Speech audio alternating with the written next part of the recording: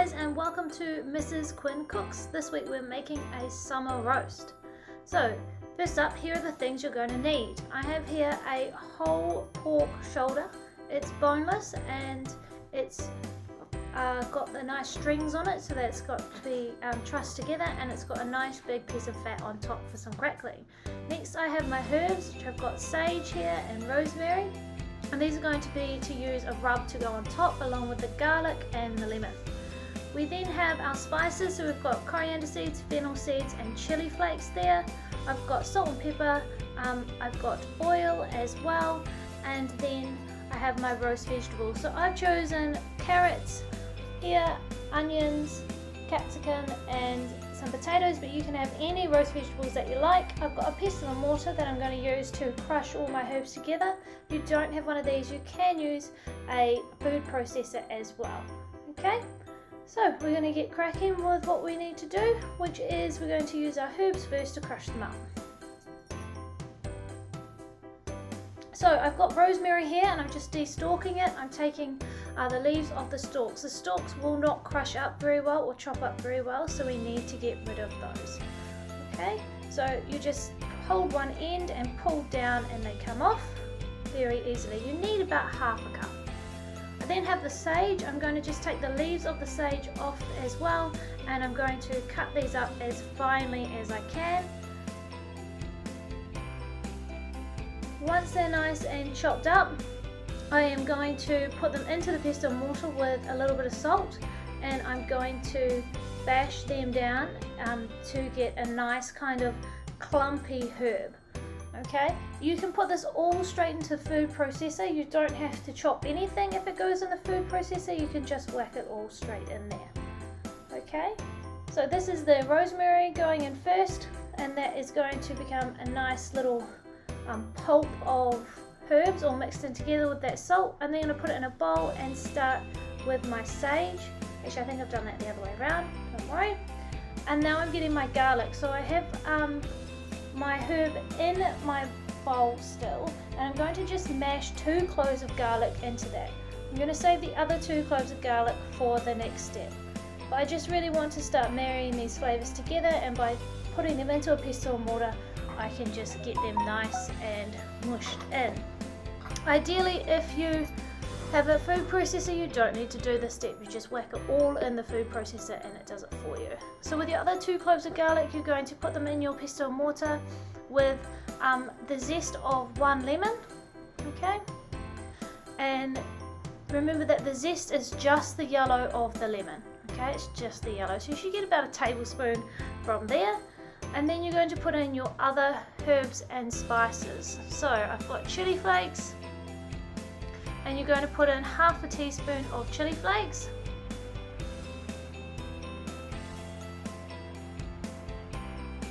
You're then going to get your fennel seeds, and you're going to put a whole tablespoon of fennel seeds in. So my pork roast was 2 kilos, okay, and this is enough rub to cover that. And then you're going to get coriander seeds, which I realised I'd run out of as soon as I opened the packet. So I just put the rest in for my rub, but you guys should put about a tablespoon of coriander seeds in as well. And you can get that all pulverized up until it starts to form a paste. You're then going to put everything into your bowl. So at this point you would still have everything just pulsed up in your food processor.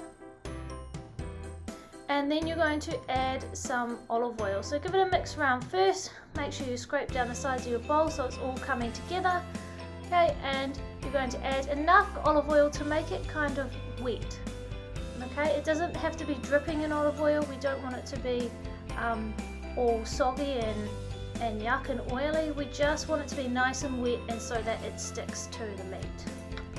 Okay, so give that a stir. And then we are going to get our pork out in a minute. So here's our pork, and I have untrussed it, so I've taken the string off it because we're actually going to remove the fat off the top. The fat is this big white bit on the top, as you can see, okay? And we're going to take that off, and we're going to cook that into crackling for later. I have kept the string though because I want to tie it back up once I have done this. So put it on its side and start to trim into that fat. You might need an adult to help you to do this, okay? You want to try and not cut your fingers off as you're going through it, so keep your fingers well away from the blade or nice and high. Okay, as you can see mine are on top there. You need to use a sharp knife as well, and you just want to cut that fat top skin bit off. Once you have that off, okay, you can look at the underside of it, and you can cut some extra fat off that underside if you need to, and then you're going to truss up your pork again. So you're going to tie that string back around it as best you can, so then you can put your rub on it and marinate it.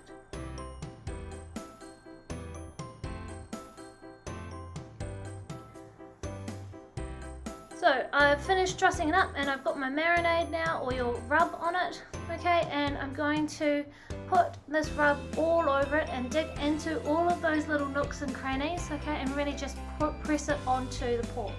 If it's not sticking, you will need to add a little bit more oil, okay, and then you're going to cling film it up, and you want that to rest in the fridge for about 5 or 6 hours, or even overnight would be fantastic. So our pork has rested overnight, okay, and it is now ready to be seasoned and put in the oven.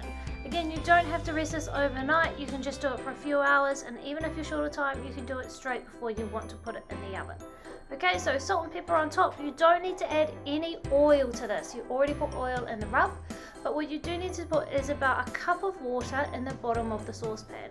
Just enough to put maybe an inch or a centimetre on the bottom of the pan, so that it keeps the pork nice and moist when it is cooking. You don't have to keep it dry because there's no crackling on top, okay, so it can be nice and moist. I've now got our potatoes, so our pork is in the oven, and we're going to chop up our potatoes and we're going to roast them first. The reason being is that these are going to take the longest, okay, so we want to get them chopped up and into the oven as soon as possible. Once you have chopped them up, get them into a bowl, and you're just going to season them with some olive oil, okay, which is good for roasting, and then some lovely salt and pepper. That's all it needs, because it's going in the same tray as your roast pork is, so it will absorb some of the herbs and the flavours from that cooking with them. Give them a bit of a shake so that they are nicely coated with oil and salt and pepper, and then you're going to go and place them in the tray with the roast when it's about an hour and a half to go. Then you're going to cut the rest of your vegetables up. These guys will only need about 45 minutes to half an hour in the oven, so they don't need to be done just as quickly. So same principle though, chopping them up into even sized pieces, and then you're going to put them in a bowl and cover them with salt and pepper and get them into the oven. Okay, so here we have our pork fat that we put aside before, and we are going to use that to create some crackle. So we need to score the top. As you can see, it's already been scored by the butcher, but we're going to add some scoration to that. Okay, so we're going to just cut lines about halfway through, okay, and we're going to create a nice scored pattern. Cut off any excess bits that don't look nice, and then you're going to put salt all over the top. So you want to use a good salt, and you want to give a good dash of salt all over, as you can see I have there, and then rub that into the skin so that you're getting that nice crackle effect. The salt will help to draw out the moisture, which will help to get that desired effect. So here we have our roast, which is done. So our crackle went into the oven about 35 minutes before the roast was done. We got a nice crust on our roast there, and when you press into it, the juices run clear, which is really important. Okay, we have roast potatoes, they were in for about an hour and a half, and then our roast veggies, which were in for about 45 minutes. Okay, so our crackle looks lovely and crunchy, and we're just going to cut into our roast meat to show you what it's like. So our roast meat needs to be cooked above 70 degrees in internal temperature, because that is getting out of our danger zone. Okay, but as you can see here, as we cut through, the crust is looking really lovely and it's nice crunchy bits for you, and then the moist is still really tender and moist in the middle. Okay, and that is because we put that water in the bottom of the meat pan.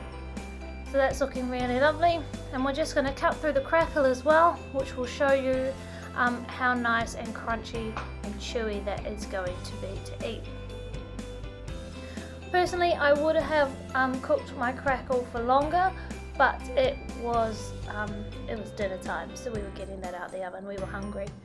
Okay, but as you can see there's some nice crackly bits. It looks lovely and golden and brown, and it looks really nice to eat. So I'm sure that your parents will have lots of tips to give you about making a roast and lots of different ways that they do it. We have roasts in the summer all the time in New Zealand because it is Christmas time at summertime, so it's quite common for us to be eating this meal on a hot day. But here you go, feel free to add any tips that you would like, okay, and send them through. Thanks guys.